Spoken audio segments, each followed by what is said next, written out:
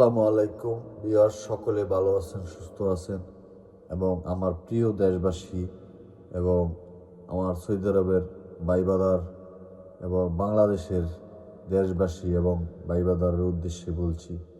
এবং কালকে একটা নিউজ দেখলাম, ইন্ডিয়ার থেকে লোক আসে, বিভিন্ন জায়গায় যায়, দেশের বাইরে মিডল ইস্টে বিভিন্ন জায়গায় যায়, ইন্ডিয়াতে যে লোক যায়, ভাষা ভাষা বিষয়ে কথা বলবো।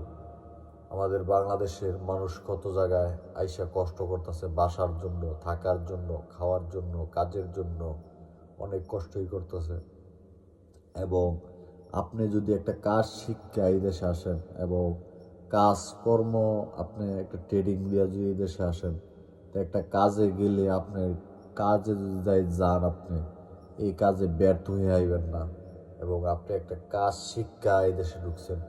এবং ভাষার বিষয়টা বলি, এবং ইন্ডিয়া বলেন, কলকাতা বলেন, এবং বিভিন্ন জায়গায় বলেন, নেপালি বলেন, যে যখন একটা দেশে আসে কর্মজীবিতে, তখন এটা ওই তার দেশ থেকে ভাষা শিখে আসে, তার দেশ থেকে সব শিখে আসে, তাহলে চলতে ফিরতে আর কোনো সমস্যা হয় না।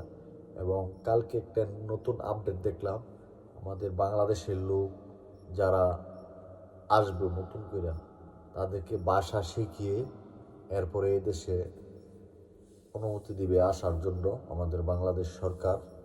এবং এই আমার দেশ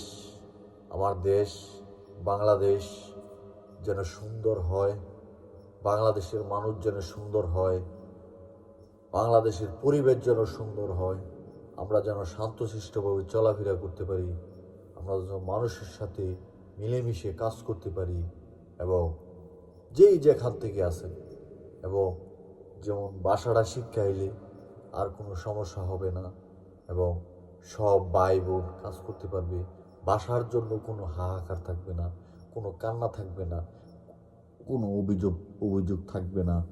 এবং এই কথাটা শুনে আমি খুব খুশি হইলাম। এবং আপনাদের মাঝে ভিডিওটা অনেক লম্বা হয়ে গেছে, ভালো থাকবেন, সুস্থ থাকবেন, দোয়া করবেন আমার জন্য ভিডিওটা বেশি